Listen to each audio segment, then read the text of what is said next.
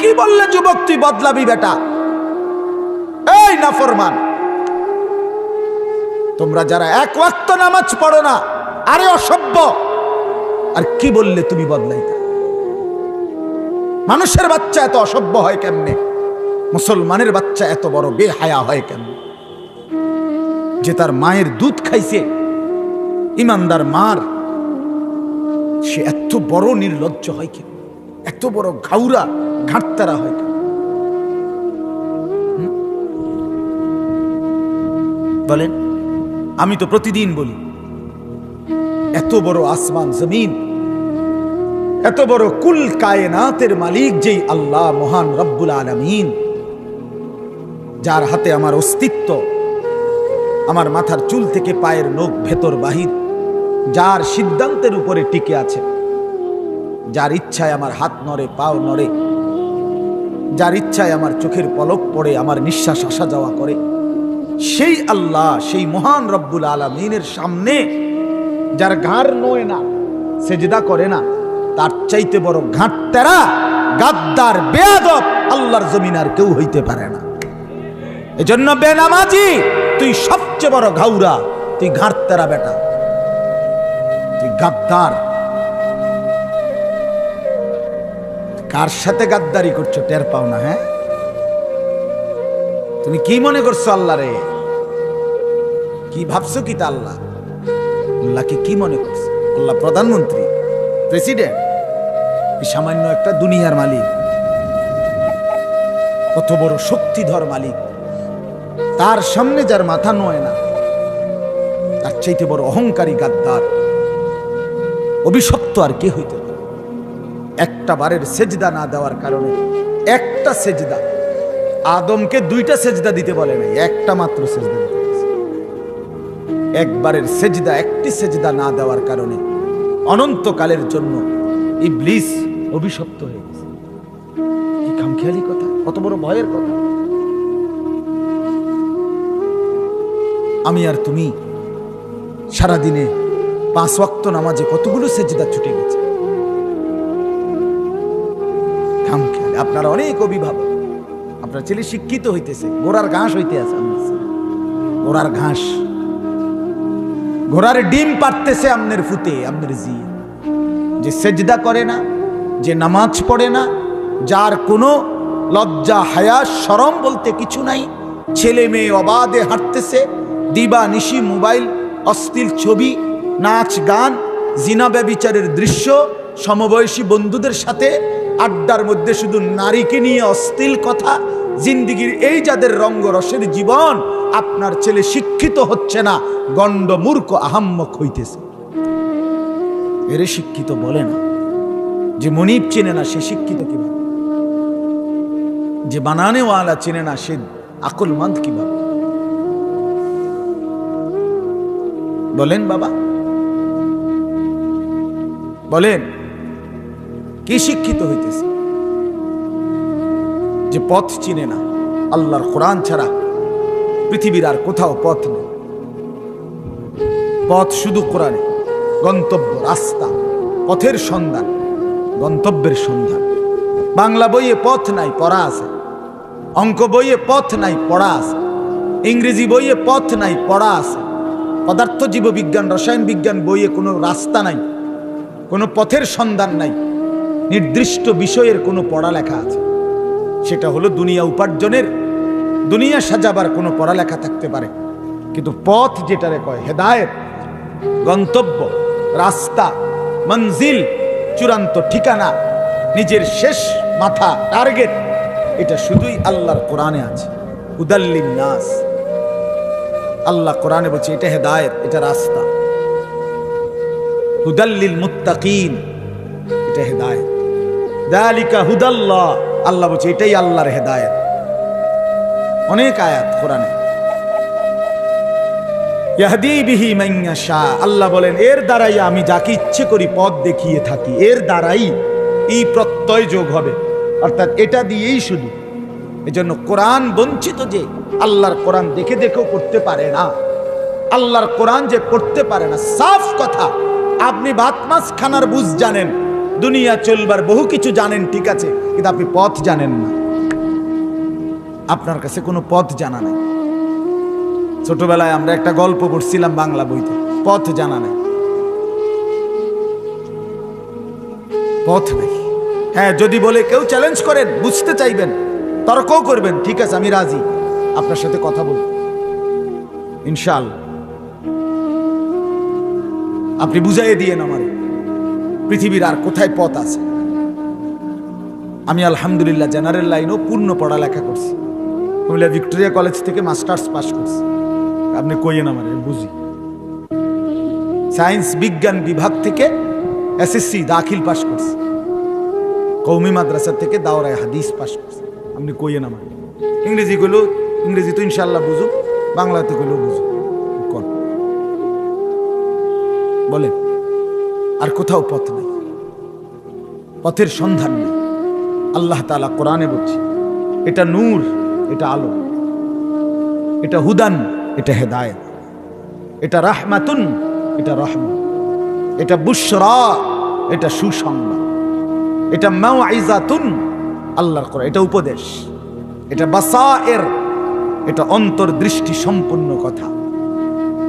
সব গুণ শুধু কোরআনে। শিফাউল লিন্নাস, এটা ঔষধ, এটা শিফা, এটা চিকিৎসা। কেন বঞ্চিত করবে সন্তানকে? দুনিয়া খাওয়ার জন্য? দুনিয়া তো আমরাও খাচ্ছি। দুনিয়া বুঝার জন্য? দুনিয়া আমরাও বুঝি। আপনি কিতাব উজ্জ্বলেছেন আমার থেকে বেশি, আমরা হুজুরের থেকে বেশি কম। আর হুজুররা বোঝে না কি? কি বোঝে না বলেন না? একজন মসজিদের ইমাম সাহেব, আলেম ওলামা কি বোঝে না? আপনারা সাধারণ মুসলমান, আপনারা যেটারে ফাঙ্গাস মাছ বলেন, আমরা হুজুররা এটারে তেলাপিয়া মাছ বলি। কথা বলেন না তো, তাহলে আমরা বুঝি না কিতা? আপনারা যেটারে টাইলস বলেন, আমরা এটারে মাটি কই, তো আমি বুঝি না কিতা? আপনি যেটারে বেড়া কন, আমি এটারে বেড়ি কই, তো আমি বুঝি না কিতা? কি সমস্যা আমার? আপনি বেশি কি বুঝালেন? অতিরিক্ত কি বুঝলেন? আল্লাহকে ছেড়ে কি বুঝলেন? আখিরাতকে ভুলে গিয়ে কি বেশি পেয়ে গেলেন বাপ? আল্লাহ কোরআনে বলছেন, ফাবিআইয়ি হাদিসিন বাদাহু ইউমিনুন। রব্বুল আলামিন বলে, বান্দা, আমার এই কথাগুলোর চাইতে উত্তম আর কি কথা বললে তুমি ঈমান আনতে? আল্লাহ জিজ্ঞেস করছে। ফাবিআইয়ি হাদিসিন বাদাহু ইউমিনুন। এরে বান্দা, আর কি বললে তুমি ঈমান আনতা? আমার বন্ধুর আর কত রক্ত ঝরলে তুমি আমার বন্ধুকে চিন্তা? 23টা বছর আমার বন্ধু, আর কত কাঁদলে উম্মত বন্ধুর কথা মনে পড়তো? তায়েফের আর কত রক্ত ঝরলে নবীকে চিন্তা? উহুদের ময়দানে আর কত দাঁত পড়লে তুমি নবীকে চিন্তা? 23টা বছর আম্মা জান আয়েশা রাদিয়াল্লাহু তাআলা আনহা বলেন, নবীর স্ত্রী আয়েশা বলছে, আল্লাহর নবী একদিন বলছে, না আয়েশা, খোদার কসম আয়েশা, এমন কোন রাত আমার জীবনে যায় নাই যেই রাত আমি মুহাম্মদ আমার উম্মতের জন্য চোখের পানি ফেলে কাঁদি নাই। এমন একটা রাতও যায় নাই। আমি আয়েশা প্রতিটা রাত আমার উম্মতের জন্য কেঁদেছি। এমন কোন হায়াতের একটা দিনও যায় নাই। কেন ভুলে গেলেন? এই বাপ, ভুলে গেলেন কেন? কেন রাসূলুল্লাহ সাল্লাল্লাহু আলাইহি ওয়াসাল্লামের চেহারাটা পছন্দ হয় না? মিসওয়াককে পছন্দ করতে পারলেন না কেন? ব্রাশকে এতটা ভালোবাসলেন কেন? দস্তরখান পছন্দ করলেন না কেন? ডাইনিং টেবিলটাকে এতটা ভালোবাসলেন কেন? দাড়িওয়ালা চেহারাটাকে পছন্দ করলেন না কেন? দাড়িবিহীন চেহারাটাকে ভালোবাসলেন কেন? পাঞ্জাবি আর লুঙ্গি, টুপি আর দাড়ি, এই পোশাকটা ভালোবাসতে পারলেন না কেন? শার্ট প্যান্ট আর টাই, এটা পছন্দ করলেন কেন? যুক্তি কি? ওইটা স্মার্টনেস, ওইটা বেশি হ্যান্ডসাম, তাহলে রাসূলুল্লাহ সাল্লাল্লাহু আলাইহি সাল্লামের চাইতে বেশি সুন্দর আর কেউ ছিল? নবীর চাইতে আকর্ষণীয় আর কেউ ছিল? তাইলে হযরত হাসান ইবনে সাবিত, আমাদের প্রিয় নবী সাল্লাল্লাহু আলাইহি সাল্লামের সাহাবী, নবীজির সামনে দাঁড়াইয়া, মিম্বরের মধ্যে দাঁড়িয়ে, মিম্বর চিনেন না? মসজিদে খুতবা দেয় যে তিন তাকওয়ালা, যেটা এটারে কি কয়? মিম্বর। এই মিম্বরে দাঁড়িয়ে নবীজি বসা নিচে, হযরত হাসান ইবনে সাবিত নবীজিকে বলছে তাকায়া, ওয়া আহসানু মিনকা লাম তারা কাত্তু আইনি, নবী আমার এই দুই নয়নে আপনি মুহাম্মদের চাইতে, আপনার চাইতে সুন্দর আমার এই দুই নয়নে আমি আর কোনোদিন কাউকে দেখি না, আর কোনোদিন দেখি। আমরা কিতাবে পড়ছি, উর্দু কিতাবে, আল্লাহর নবী সাল্লাল্লাহু আলাইহি ওয়াসাল্লামের দাদা আব্দুল মুত্তালিব, নবীজির আব্বা জানতো জন্মের পূর্বেই ইন্তেকাল করছে, এটা জানেন না? তো জন্মগ্রহণের পরে 7 দিনের দিন নবীজির দাদা আব্দুল মুত্তালিব, নবীজির মা আব্দুল মুত্তালিবের পুত্রবধূ আমেনা, নবীজির আম্মা জানকে জিজ্ঞেস করলেন, আমেনা মারে তোর সন্তানের নাম কি রাখবি, কি খেয়াল করছো? হযরতে আমেনা বললেন, আব্বা, শ্বশুর তো বললেন, আব্বা আমি তো আমার পেটে থাকা অবস্থায় আমার এই সন্তান, অনেকবার আমি আওয়াজ শুনছি, কে যেন আমাকে অদৃশ্য থেকে বলছে, আমেনা তোর সন্তানের নাম হবে মুহাম্মদ। আব্দুল মুত্তালিব বললেন, আমেনা কি শুনাইলা এটা? আমার আজকে 86 বছরের চাইতে বেশি বয়স, আমি এই আরবের সবচেয়ে বড় সর্দার, এই গোটা আরবে কত বাচ্চার নাম আমি রাখলাম, কত বাচ্চার নাম আমি শুনলাম, কত বাচ্চার নাম রাখার অনুষ্ঠানে আমি ছিলাম, এমন সুন্দর, এমন আজীব, এমন চমৎকার নাম আমি তো আর মারে কোনোদিন শুনি নাই, এই নাম কোত্থেকে পাইলাম? এই তখন কিতাবে আছে, আমরা পড়ছি উর্দুতে। হযরত আমেনা বললেন, নবীজির দাদা আব্দুল মুত্তালিবের কোলে আমেনা নিজের সন্তান আল্লাহর নবী সাল্লাল্লাহু আলাইহি ওয়াসাল্লাম শিশু নবীকে আমেনা নবীজির দাদার কোলে দিয়া বললে, আব্বা নামটা বড় সুন্দর লাগছে আপনার কাছে না? আপনি আমার ছেলেটার দিকে আরেকবার তাকায়া দেখেন, এমন সুন্দর আল্লাহ কায়নাতে আর কেউরে বানাইছে কিনা, পরে দেখেন আবার।